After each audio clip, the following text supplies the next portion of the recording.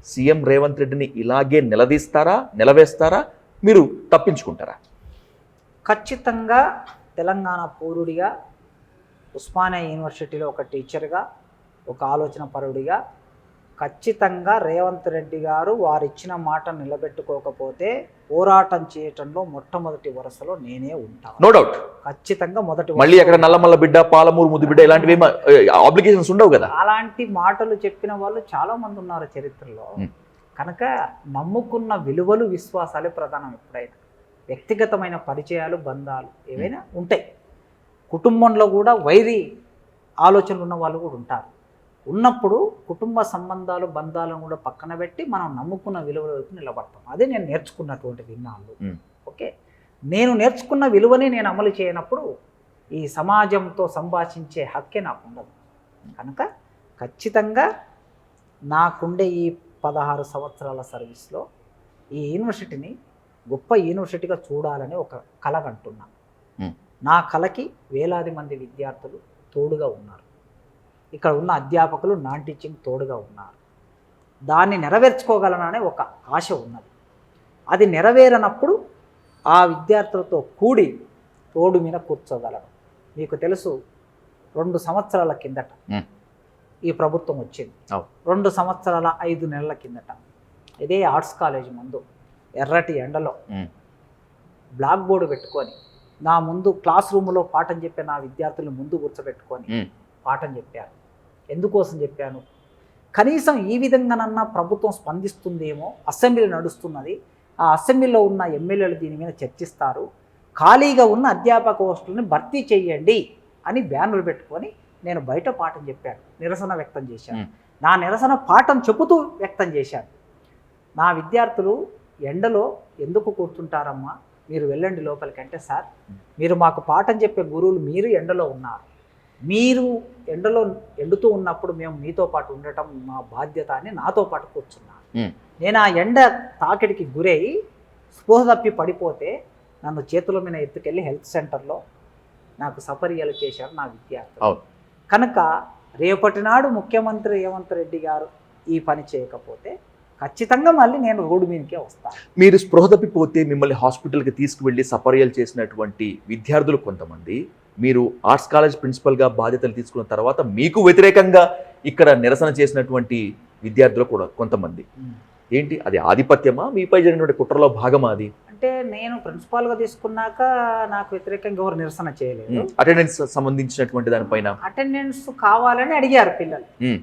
నేను ప్రిన్సిపాల్గా బాధ్యత తీసుకోవడానికి కూడా ప్రధాన కారణం ఈసీ గారు ఒక మాట అడిగారు, ఆర్ట్స్ కాలేజీలో క్లాస్ వర్క్ జరగాలి, విద్యార్థులు క్లాసులకు రావాలి, ప్రొఫెసర్లు పాఠాలు చెప్పాలి. ఈ పని చేయడానికి మీరైతే కరెక్టు, మీరు ఈ బాధ్యత తీసుకొని ఆ ఆర్ట్స్ కాలేజీ సెట్ చేయండి అని అడిగారు. ఆల్రెడీ ఆర్ట్స్ కాలేజీలో క్లాసులు జరుగుతున్నాయి సార్ అని చెప్పాను.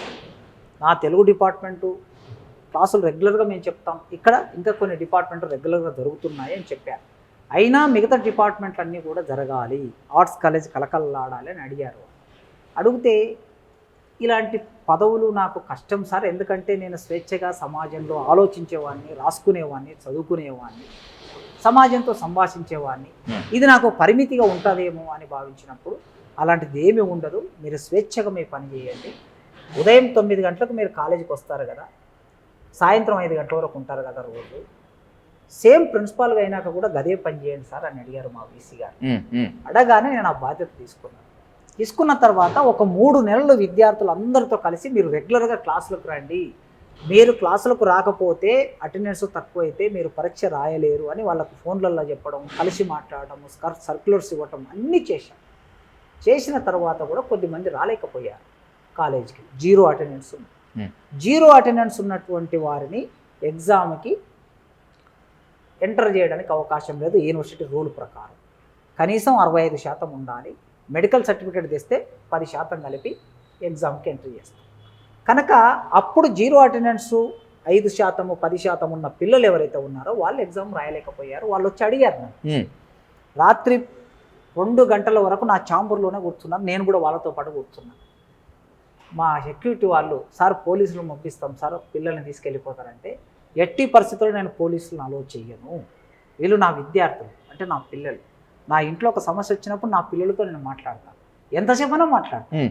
రాత్రి 1 గంట కానీ 2 గంటలు, రేపు ఉదయం కూడా కానీ పరిష్కారం అయ్యే వరకు మాట్లాడతా. వాళ్ళకి అర్థం చేయిస్తా, వాళ్ళు నన్ను అర్థం చేసుకోవాలంటే రాత్రి 2 గంటలకు ఆ పిల్లలు లేచి, సార్ ఇక మీరు ఒక మంచి పని చేస్తున్నారు కాలేజీ కోసం, మేము మీకు సహకరించవలసిందే, అయితే కొద్ది అటెండెన్స్ 5%, 10% తక్కువ ఉన్న వాళ్ళ గురించి ఒకసారి ఆలోచించండి అని చెప్పి 2 గంటలకు లేచి విద్యార్థులు వెళ్ళిపోయాడు.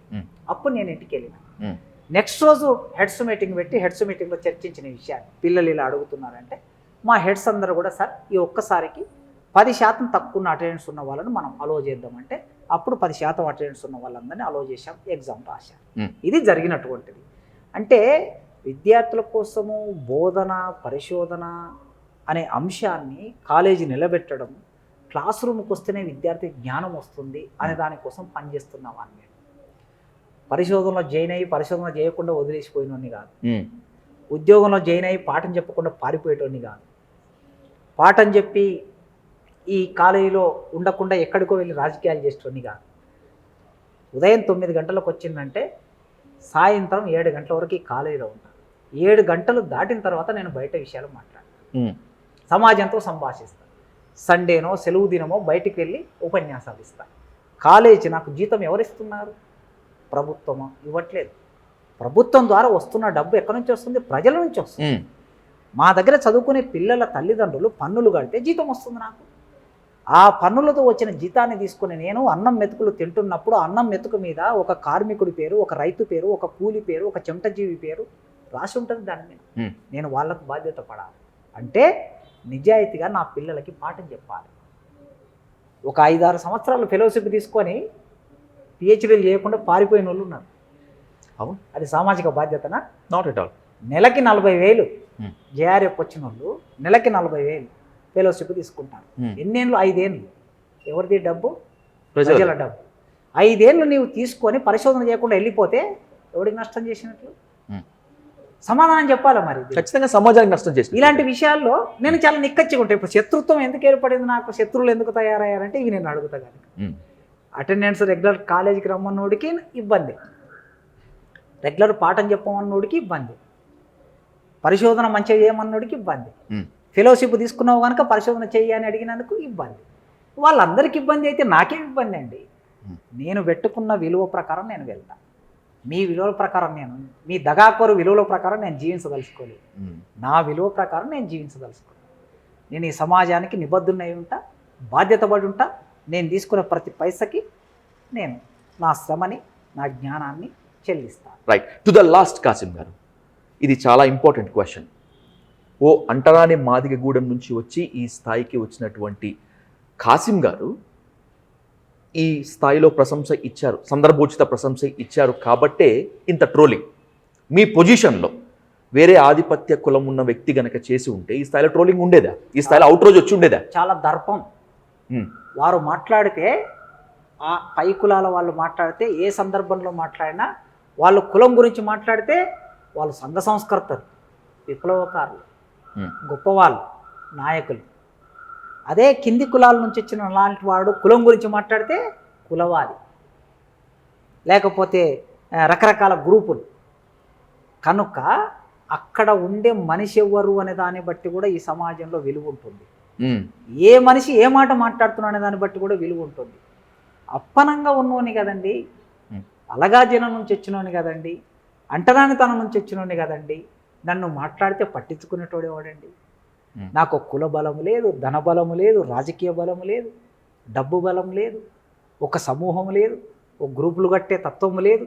నా పీఠాన్ని నిలబెట్టుకోవడానికి నా చుట్టూ, నేను పీఠాధిపతి ఉండి నా చుట్టూ మనుషులను పెట్టుకునేది లేదు.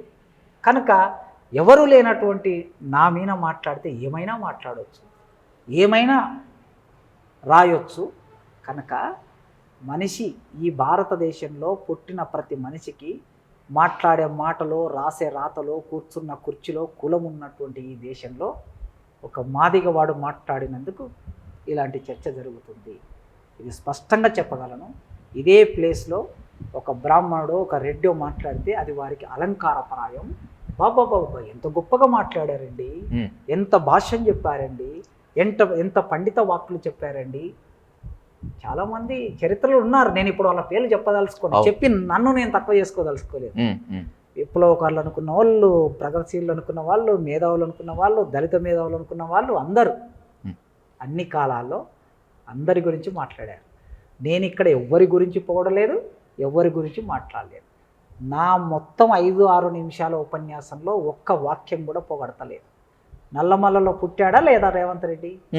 నల్లమల్ల బిడ్డ అన్న, నల్లమల్ల ముద్దు బిడ్డ అన్న. పాలమూరులో పుట్టాడా లేదా? పాలమూరు బిడ్డ అన్న.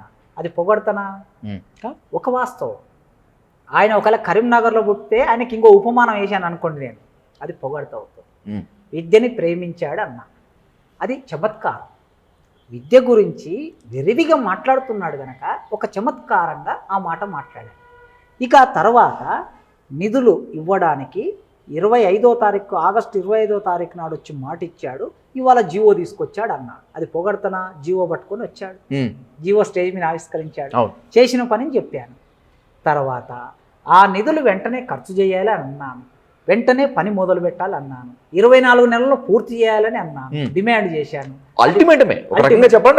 అది పొగడతలాగా కనిపిస్తుందా? అదే విధంగా రిక్రూట్మెంట్ చేయాలన్నాను, రిక్రూట్మెంట్లో ప్రభుత్వ జోక్యం ఉండకూడదు అన్నాను. ఎవడో మాట్లాడటం రమ్మను ముఖ్యమంత్రి ముందు ఇలా చూస్తా. సన్నాయి నొక్కులు నొక్కుంటా ప్రధానమంత్రుల ముందు, ముఖ్యమంత్రుల ముందు మాట్లాడినటువంటి ప్రగతిశీల ప్రొఫెసర్లను చాలా మందిని చూశాను నేను. కనుక నాకు ఎవడి దగ్గర తల వంచవలసిన అవసరం, తల ఎత్తుకోవడమే నేర్పింది మా అమ్మ. ఎప్పుడైనా ఎలా బతకాలరా అంటే తల ఎత్తుకొని బతకాలి, బట్ట లేకపోయినా సరే, ఏది లేకపోయినా సరే. కనుక మా అమ్మ నాన్న ఇచ్చిన చైతన్యం నాకు పోరాటాలు ఇచ్చిన చైతన్యం. ఈరోజు ఏనాడు తల దించుకోలేదు. కేసీఆర్ గారు చెప్పిన మాట ప్రకారం ఆ రోజు ఆగితే నేను ఆ జైలుకు వెళ్ళేటోని కాదు. మీరు అడిగారు కనుక చెప్తున్నా, దేశద్రోహం కేసు కూడా పడేది కాదు. కేసులు మాఫీ చేయించుకోగలరు. నేను చేయించుకున్నానా? నా మీద 6 కేసులు తల మీద వేలాడుతున్నాయి. ఇక్కడ ధర్నా చేసినందుకు కూడా ఆనాడు వీసీ నా మీద కేసులు పెట్టాడు. నెలకి 2 సార్లు కోర్టుకు వెళ్ళి వస్తున్నా. ఓకే, కేసులు మాఫీ చేయించుకోగలరు, కేసులు ఉండి కూడా అరెస్ట్ కాకుండా ఉండగలరు. నేను ఉన్నానండి? ఉన్నానా? లేదు. మరి నా వీణ పెట్టిన కేసులే ఉన్నటువంటి వాళ్ళు చాలా మంది ఉన్నారు, ఎందుకు అరెస్ట్ కాలేదు? సమాధానం చెప్పండి. అంటే అలాగా వేడు ఒక మాదిగోడిని అరెస్ట్ చేస్తే కూడా పట్టించుకుంటాడు సమాజంలో. కనుక ఎలాంటి లోపల చేసుకునేటటువంటి ఆ లక్షణము అవసరము నాకెన్నడూ లేదు. ఎదురు నిలబడిపోవడమే తెలుసు. నయీం గాడు ఫోన్ చేసి చంపేస్తా నిన్ను మాట్లాడితే అని అన్నాడు. చంపేరా చూస్తా, ఇదే మాట మాట్లాడిన, చంపేరా చూస్తా అన్న నేను. నన్ను నా భార్యను పేపర్లో పేరు ప్రకటించి ఇద్దరిని చంపేస్తామన్నాడు. చంపే చూస్తా అన్న. కనుక ఎన్నడూ తల వంచిన సందర్భం లేదు. నెత్తుటి మడుగులో నుంచి తల బగలగొట్టి వెళ్ళిపోతే నెత్తుటి మడుగుల్లోంచి మద్దిలేటన్నా చేతుల మీద తీసుకొచ్చి కనకాచారి మద్దిలేటన్నా నన్ను బతికించుకున్నాను. సావు ముఖద్వారాల నుంచి వచ్చిన వాడిని నన్నెవడండి అనేది. ఇంట్లో కూర్చొని ఒక్కరోజు ఇట్లా పోలీస్ ఫోన్ చేస్తే బెదిరిపోయి ఇళ్లలో కూర్చునేటోళ్ళ నన్ను మాట్లాడేది. ఒక్క ఫోన్ చేసి ఏం ఎక్కువ రాస్తున్నావు, ఎక్కువ మాట్లాడుతున్నావు అని అంటే మళ్ళీ ఒక 6 నెలలు రాయకుండా మాట్లాడకుండా కనిపించకుండా పోయేటోళ్ళు నా గురించి మాట్లాడేది. రాజశేఖర్ రెడ్డి 2006లో కాంగ్రెస్ పార్టీ ముఖ్యమంత్రి, నన్ను నా భార్యను అరెస్ట్ చేసి మహబూబ్నగర్ జైల్లో పెట్టారు 2006లో. కేసీఆర్ జైల్లో పెట్టాడు. వాళ్ళు దాడి చేసి చంపడానికి వచ్చారు. ఇన్ని రకాల నిర్బంధాలు ప్రయోగించారు. ఇప్పటికీ కేసులు వేలాడుతున్నాయి. ఆర్ఎస్ఎస్లు నా మీద ఆర్ట్స్ కాలేజ్ ముందే అర్బన్ మావోయిస్టు ఉస్మానియా యూనివర్సిటీలో ఉన్నాడు అంటున్నారు. అవును, మిగతా వాళ్ళని ఎవరిని అనట్లేదే. ఉస్మానియా యూనివర్సిటీలో అర్బన్ మావోయిస్ట్ అంటే ఎవరిని అంటున్నారు? అంటున్నారు. ప్రెస్ మీట్లు పెట్టి డైరెక్ట్గా పేరు చెప్తున్నారు. ఎందుకు నేను టార్గెట్ చేస్తున్నాను? మరి వాళ్ళు మిగతా వాళ్ళు గొప్ప వాళ్ళు ఎందుకు టార్గెట్ కావటం లేదు? కనుక అందరికీ నేను టార్గెట్. ఎందుకంటే అట్టడుగు వాడి అరుంధతి సుతుడిని నేను. అరుంధతి సుతుడు అనేటటువంటి వాడు అందరికీ టార్గెట్ ఉంటాడు. Yes, challenge విసురుతున్నా. 50 ఏళ్ళు వయసు వచ్చింది. ఇంత చిన్న వయసులో ఈ సమాజం కడుపులో పెట్టుకున్నది, అన్నం పెట్టింది, జ్ఞానం ఇచ్చింది, చైతన్యం ఇచ్చింది, పేరిచ్చింది. ఈ జీవితానికి చాలు. ఈ క్షణంతో ఇక్కడితో ఈ లైఫ్ ఇలా ఆగిపోయినా నా జీవితానికి సార్థకత వచ్చింది. తెలంగాణ సమాజం, భారతదేశంలో అక్షరం ముక్కకి, గుడికి, బడికి, సంపదకి, ఆయుధానికి, అధికారానికి దూరంగా ఉన్న నా కులం నుంచి ఇంత దూరం వచ్చి వాళ్ళ 2 తెలుగు రాష్ట్రాలని మాట్లాడగలుగుతున్నా. ఇవాళ నా గురించి అధికారంలో ముఖ్యమంత్రి, అధికారం కోల్పోయిన ముఖ్యమంత్రి ఇద్దరు ఆలోచన చేస్తున్నారా లేదా? ఎగ్జాక్ట్లీ. No doubt. ఒక మాదిగోడు, పట్టింపు లేనివాడు ఇంత దూరం వచ్చి ఇద్దరు ముఖ్యమంత్రులు ఆలోచిస్తున్నారంటే ఈ సమాజం నాకు ఇచ్చిన శక్తి, అది పోరాటాలు నాకు ఇచ్చిన శక్తి, అమరులు నాకు ఇచ్చిన శక్తి. ఎవడు నాకు శక్తులు ఇవ్వరు. కనుక ఆ సమాజానికి నిబద్ధున్నాయి, కట్టుబడి ఉంటాను. ఈ మాట 30 ఏళ్ళ కిందట నేను ఉద్యమాలకు వచ్చినప్పుడు ఇదే మాట చెప్పినా, ఇవాళ కూడా ఇదే మాట చెప్తున్నా. ఎవ్వడికి తలంచేది లేదు, వీళ్ళు వాళ్ళని పతనంలో పడేది లేదు. మీ మీడియా ముఖంగా చెప్తున్నా, చర్చకు రాండి, సారాంశమైన చర్చకు రాండి, ఎంత దూరమైనా చర్చ చేస్తా. మీ అందరి భావతాలు ఉన్నాయి నా దగ్గర, చిట్టాలు. మీ కుటుంబాల సంగతులు ఉన్నాయి, మీ పైసల సంగతులు ఉన్నాయి, మీ కార్యాచరణ సంగతులు ఉన్నాయి, మీ ఒప్పందాల సంగతులు ఉన్నాయి. నేను మాట్లాడాలనుకుంటే నేను నోరు తెరవాలి. ఎప్పుడు పేలుతుంది బాంబు? ఎప్పుడు పేలుస్తారు? ప్రతిదానికి ఒక సందర్భం ఉంటుంది, ప్రతిదానికి ఒక సందర్భం ఉంటుంది. ఎవరిని ఉట్టి వదిలిపెట్టను. ఓకే, ఇది ఓపెన్ వార్నింగ్ అనుకోవచ్చా? ఎవరిని ఉట్టి వదిలిపెట్టను. సందర్భం వచ్చినప్పుడు ఎవరిని వదిలిపెట్టను. కాచుకొని కూర్చోండి, చూద్దాం. Thank you. రైట్ కాసిం గారు, విన్నారు కదా, ఇది కాసిం సార్ అంతరంగం. ఎవరు ఎన్ని మాట్లాడినా ఏమనుకున్నా సరే ఊపిరి ఉన్నంత వరకు ఉస్మానియా యూనివర్సిటీ కోసము, ప్రజల సంక్షేమం కోసము, విద్యార్థుల సంక్షేమం కోసమే పనిచేస్తామని చెప్తున్నారు Osmania university arts college principal professor Chintakindi Kasim. Thank you for watching.